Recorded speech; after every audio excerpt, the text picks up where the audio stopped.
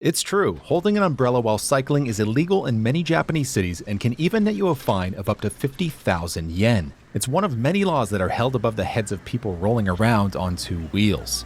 But the laws are also accompanied by a number of other things that may impede the uptake of cycling, like a surprisingly low amount of bike lanes and prohibitions along what might otherwise be some of the best urban cycling spots in the country. But despite all of this, Japan remains one of the world's top cycling countries. My name is Nick. I talk about little things that move people. Subscribe for regular content. Cycling culture in Japan is strikingly different from that in North America and even the European heavyweights. The style and amount of cycling infrastructure, the way cycling is perceived by the population at large, the way that governments seem to try and control cyclists, and even the type of bicycles that are most common. But despite these differences, or perhaps because of them, Japan's cycling modal share has remained near the tippy top for decades. I want to look at the aspects of cycling in Japan that make it unique when compared to the West, and ultimately, the question I want to answer is, what is the secret sauce that keeps Japan rolling? Nationwide, it is estimated that around 16% of trips in Japan are made by bicycle. It's a number dwarfed by the Netherlands' 27%. However, when we compare it to North America, we really get a sense of how big of a deal this is, which for Canada and the US, and for that matter, even Mexico, the bicycle modal share is around 1.5 to 2%. That is an astounding difference. Looking at some of the largest metros in Japan, Osaka topped the list with almost 28% modal share. In conjunction with transit, that number is closer to 34%. Almost a third of trips in Osaka include a bicycle. But even Yokohama, hanging out at the bottom at 5%, has a modal share that would make most North American cities blush. And to put this into perspective, let's compare Japan's largest city, Tokyo, with New York City. Tokyo has a respectable cycling modal share of around 14 to 17%. New York, 1 to 2%. Both of these cities near their respective national averages. But consider this, New York has well over 2,000 kilometers of bike lanes, and Tokyo barely cracks 50. This blew my mind. How does a city get on with that many cycling trips and so few lanes? I mean, that's the point of this video, but this is a place where Japan is severely lacking. These are more or less the only bike lanes you will see in Tokyo. Running along major roads, a parallel bike lane either painted on the sidewalk or with physical separation. The rarity of these lanes leads to them not being used properly with cyclists on the sidewalks and pedestrians in the bike lanes. Where there isn't enough room on the sidewalk, much like North America, a sharo is used along the edge of the road, signaling to cyclists, you go here. And just so you know, being in Japan doesn't make riding here suck any less. But where it doesn't suck, and I can't stress this enough, is not in any bike lane at all, it's the local streets. These streets cross every major city and make up a network of streets that are generally safe to walk and cycle on. Now, I made an entire video about these streets, so I won't go into too much detail here, but suffice to say, these narrow and complex streets are likely a prime reason why many cities across the country have so few lane miles of proper bike infrastructure. These streets make up a solid backbone. But what is also a stark difference to many North American cities is something that is typically the most well-built and most used type of bike lanes. The recreational multi-use path. Think the Vancouver Seawall, New York City's Hudson River Greenway, or Portland's floating lane along the Willamette. In Japan, most locations that you might expect there to be a nice place to cycle have signs explicitly prohibiting bikes from using them. Honestly, these signs were everywhere. I just stopped filming them at one point because they were just too common. The only places I found that might be considered multi-use paths were in Kyoto along the Katsura and Kamo rivers, but cyclists were few and far between. Adding to that, where cities like Minneapolis turn an unused rail line into one of the most used crosstown bicycle expressways in the country, Japan uses those opportunities for pedestrians, which is not a bad thing. It's just simply evidence to where their priorities lie. But that lack of anything resembling bicycle highways is likely one reason why the bulk of trips are short, with over 75% of trips under 4 kilometers. But no matter how far your trip is, it inevitably ends and you'll have to park your bike somewhere. This is a place where Japan smacks North America around, which, to be fair, has been improving with bike lockers and bike valleys becoming more popular. And Japan has the typical bike racks like this. There just happens to be a lot more of them, like this massive parking lot outside a mall in Kyoto. The variety and sheer amount of parking availability is astounding. There was only a single time I had difficulty finding parking. And side note, you can't technically park your bike just anywhere in most cities. They occasionally come around and tag your bike that will later be picked up and impounded, only retrievable once you pay a fee to get it back. But the most common types of parking I came across were staggered parking stalls. High and low for efficient use of space, all you need to do is roll your bike into the stall and a hook will lock your front wheel in place. It is unlocked by using this machine. Typically, the first 30 minutes are free, with the maximum costing around 150 to 200 yen for every 24 hours. These were in front of shops, near tourist destinations, on the sidewalk, and even underground in some cases. They are easy to use, and the small fee can help promote turnover.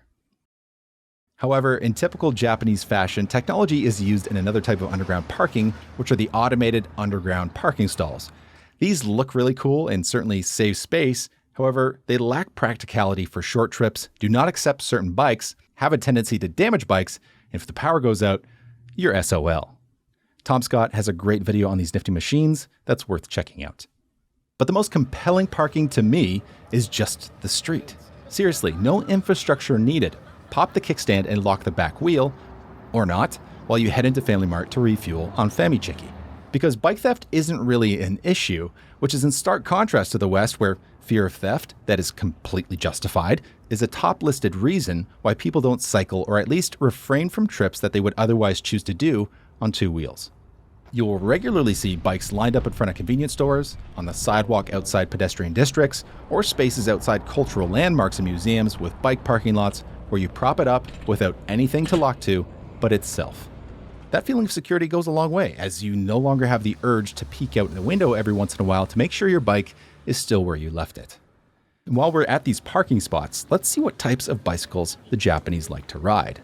In North America, the variety of bikes available to ride are wider than they have ever been.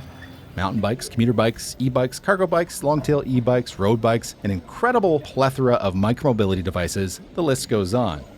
In Japan, there are more options popping up and a wider variety of micromobility devices rolling around, especially share programs offering electric scooters and e-bikes. But as for daily riders, it's a lot more uniform. A big part of this is the way the built environment influences choice, even when it comes to bikes. Space is limited, so people choose a versatile bike that has great utility, doesn't break the bank, and doesn't take up a lot of space. And the Mamachari is that bicycle. Not too dissimilar from a Dutch-style bike, they typically have a step-through frame, upright riding position, fenders, chain guards, dynamo light, rear wheel lock, or electric or acoustic, and options for racks, baskets, or child seats, front and back. These are affordable and are designed to stand up to daily abuse in any weather.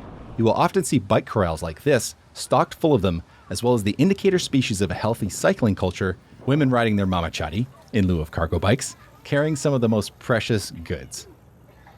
And what you won't see very often are road bikes, and for that matter, people riding recreationally. And this, I believe, is in part to the severe lack of infrastructure to induce such riding, like those sparsely populated paths in Kyoto. But it's a sign that in Japan, cycling is largely a utilitarian activity. And it's a massive difference to the North American mammal stereotype, where in Japan, perhaps the stereotypical cyclist is a parent on a bicycle with their children. But the point is, the demographics here aren't heavily weighted to young middle-aged men. Everyone rides. It's a normal thing to do, free from stigma. It's estimated that there are around 80 million bikes in the country, and around 60% of Japanese people own a bicycle. That's compared to 20% in the United States. That number increases the chance that a person in a car is also a cyclist. And this, along with the higher training standards, safety and numbers afforded by the prevalence of cyclists and pedestrians, and the typical small size of Japanese cars, helps keep everyone safer on the road. When we look at accident rates per 100 million kilometers cycled, Japan has a fatality rate of 2.3, which is less than half of the US at 5.3. And a big part of that is the size of cars. In North America, cars have been ballooning for the past decade, and the negative effects have been swift, with vulnerable road user fatalities on the rise. And that's not to say Japan hasn't been influenced at all by this trend, though it does seem to be limited to luxury cars for the rich, leaving a large majority much more compact, which are easier to see around, cause less damage in the event of a collision, and afford better visibility for the driver. While riding a bicycle around cars in Japan will still be a no-no for many people, I think most people would much rather cycle beside cars like this instead of cars like this. While cycling is certainly safer in Japan, cyclists involved in traffic accidents have risen to over 23% of all traffic collisions. And even though 3/4 of those involve a car, the government has been increasing pressure on cyclists with more laws and tickets, with almost 140 violations on the books.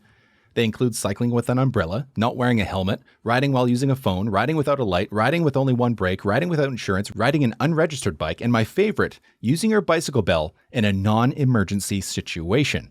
Apparently, some cyclists were known to spam the bell in attempts to get pedestrians to clear the way. Now, I didn't know about this law, but I promise I was simply trying to give folks a heads up.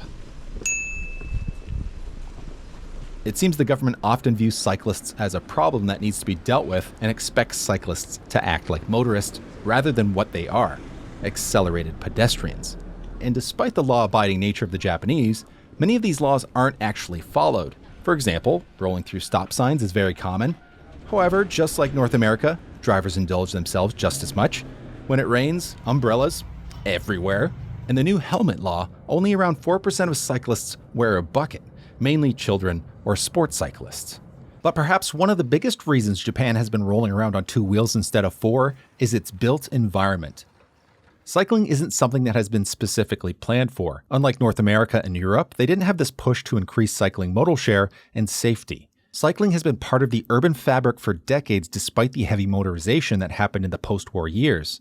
This is because compact neighborhoods make cycling a great choice. Most places people need to get to aren't far away, and if we go back to the types of trips taken, we can see that the most common trips are between 2 to 4 kilometers. Trips that might be too far for walking and too short for transit. It's a perfect use case for micromobility. And in North America, you know what's up. Inefficient use of space for giant parking lots, massive houses spread far and wide making up convoluted suburbs that make walking and cycling difficult, and massive, polluted and noisy high-speed stroads. You know it. You hate it. Car dependency. The effects of this become abundantly clear when you compare how far cars are driven. In Japan, the average driver will reach about 6,000 kilometers per year, with the US blowing it out of the water at over 22,000. And this is on top of the fact that these compact neighborhoods allow for such great public transit and a nationwide network of high-speed rail, which just makes a car the worst option for many trips, leading to car ownership being an illogical choice for many city dwellers. While Japan is very much on the world's shortlist when it comes to rolling around on 2 wheels, there is still a lot that needs to be done to make it safer. While pedestrian and cyclist safety is better than that in North America, with the rate less than half that of the US, it is more than double, almost triple that of the Netherlands, with the bulk of these incidents happening in places like those stroads with sharrows along the side. And with so many collisions happening with cars, quality crosstown infrastructure with direct routes should be a priority, along with disentangling cyclists from car traffic. No more of these. But also to help separate cyclists from pedestrians, as much of the ire is probably from those interactions. And in conjunction with improving infrastructure, governments should be trying to improve the uptake of cycling because, as we know, it helps people become happier, healthier, and saves money for everyone. And I'm not saying there shouldn't be rules imposed on cyclists. However, it's clear that building intuitive cycling infrastructure is a much more effective method for reducing collisions and making the streets safer. I gained much insight from a conversation I had with Chad Fayen, Tokyo bicycle tour guide and co-founder of the Cycling Embassy of Japan, an organization that is bringing these concerns to light in hopes of changing government and public opinion. Check it out for an insider perspective. So what is the secret sauce that keeps Japan rolling despite the restrictive laws and lack of infrastructure? Well, much like a good takoyaki sauce, it's comprised of multiple ingredients. It's the safe local streets, relatively safe car culture, world-class transit, secure and plentiful bike parking, and most importantly, communities built for convenience and efficiency. While Japan is an urbanist paradise compared to North America, there's still much that can be done to improve the urban environment. A revolution in cycling infrastructure could mean a new wave of folks riding, which might catapult Japan to the very top of the world's cycling capitals. Until then, Japan remains a comparative cycling paradise, which hosts key lessons that we in North America would do well to take note of. And with that, my name is Nick. Thanks for watching.